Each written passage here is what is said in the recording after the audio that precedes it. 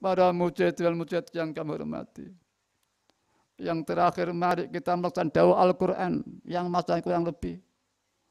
Sesuatu yang menimpa dirimu berupa kebaikan, sandarkan itu dari Allah Subhanahu wa Ta'ala. Sesuatu yang menimpa dirimu berupa keburukan, famin nafsik saka nafsumu. Mari para mujahidin wal mujahidat dalam pelaksanaan hidup ini mengisi berbagai kehidupan. Di saat kita menyaksikan kebaikan, baik Rasulullah, lewat Mbah Yai, kebaikan dan seterusnya. Ulama, ustadz kita, kiai kita, orang tua kita, bahkan kebaikan timbul dari kita sendiri. Benarkah kita telah merasa itu Allah yang menggerakkan para mujahidin? Minallah para. Kalau belum, ini belum tepat, perlu kita taubat, kita istighfari para mujahidin. Dan kita meluruskan, berjuang. Dan kita melakukan kebaikan, tahu dari siapapun, sadar itu semua dari Allah Ta'ala. Kita ingat terus, ingat Mbah Yai, Kanjeng Nabi, kebaikan dari beliau-beliau. Sekali lagi, walaupun dari pribadi kita sendiri, mari kita sadar itu, sesungguhnya Allah yang menggerakkan para mujahid. Kemudian meneruskan sesuatu yang menimpa keburukan, fa nafsik saka nafsumu para manusia. Kalau kita melihat keburukan dari orang lain, dari orang yang paling buruk sekalipun, lebih-lebih keburukan dari kita sendiri.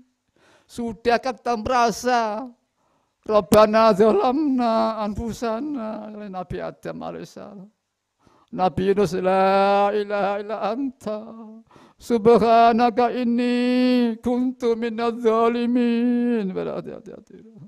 Kok belum perlu ditobati, diistighfari para mujahidin wal mujahidin. Pembenahan diri kita dalam perjalanan penghambaan. Pembenahan nilai ubudiyah dan tauhid kita. Kesempurnaan sebagai umat Rasulullah, oleh Rasul bi Rasul. Oleh Rasul demikian. Walaupun ini barokahnya Ghausiyah zaman nadroh beliau. Nadroh. Tapi kita dalam suatu kaidah Al-Quran harus ini tanpa Allah yang menggerakkan makhluk. Satu-satunya Allah, tunggal Allah para mujahidin. Ini tidak berarti pengamal merasa bisa, tidak.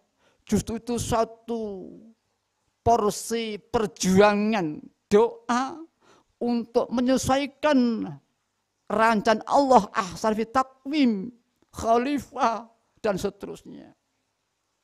Tapi tetap kami belum bisa, tapi berjuang para mujahidin wal mujahidin. Mari sekarang kita bersama-sama sowan pada Allah wa Rasulih sallallahu alaihi wasallam. Di samping doa untuk kesejahteraan makhluk negeri ini, di sini ada doa-doa perjuangan, di antara satu doa. Ya Allah, ya Tuhan kami, yang memiliki kami, yang melihara kami, yang Maha Agung. Limpailah salat salam kepada Kanjeng Nabi Muhammad, pemberi syafaat umat, ya Allah. Demikian pula para ahli beliau, ya Allah yang Maha Agung. Jadikanlah umat manusia secepat-cepatnya, ya Allah. Wa ja'alil anama muslimin bil wahidiyati li rabbil alamin. Dengan hakikat syariah, mengabdi pada Allah Rabbul Alamin. Ya Rabbana ighfir, ya Allah, ya ampunilah dosa-dosa kita semua, ya Allah. Yasir, permudahkanlah semua urusan kita semua. Wahdina, waftah, bukalah hati ini. Wahdina, tunjuklah hati ini. Qarif wa alif bainana ya Rabbana. Satukan dan pereratkan di antara kita, ya Allah. Di antara kita sebagai umat Islam, sebagai bangsa Indonesia, sebagai umat cucu Nabi Adam alaihissalam yang fafiru ilallah wa rasulih sallallahu alaihi wasallam. Mari kenikmatan ini.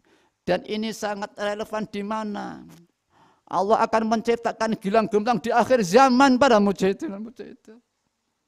Ada satu hadis yang kurang lebih. Islam pertama gilang gemilang di tengah surut. Nanti di akhir zaman akan gilang gemilang lagi para mujahidin.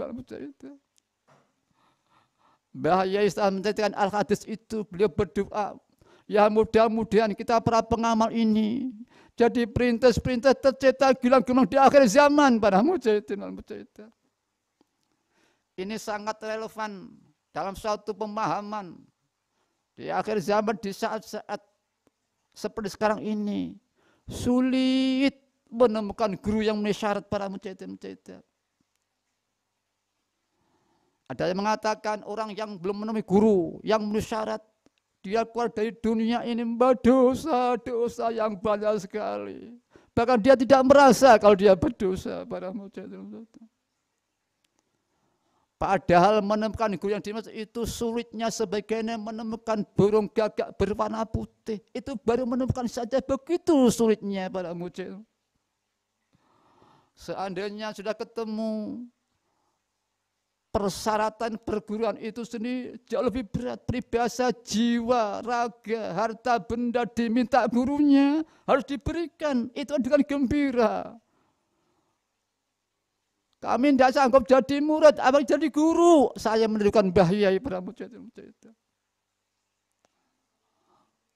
Pada kondisi seperti inilah ada para alim mengatakan gantinya sholawat untuk Rasulullah Sallallahu Alaihi Wasallam. Maka sebagai murabi Rasulullah SAW, nadrah Allah, Rasulullah para mujahidin, maka sangat wajar bila di akhir zaman yang terjadi karena memang tidak ada selain Allah dan Rasulullah Sallallahu Alaihi Wasallam. Maka bila yang sebagai murabi Rasulullah, hakikat Rasulullah,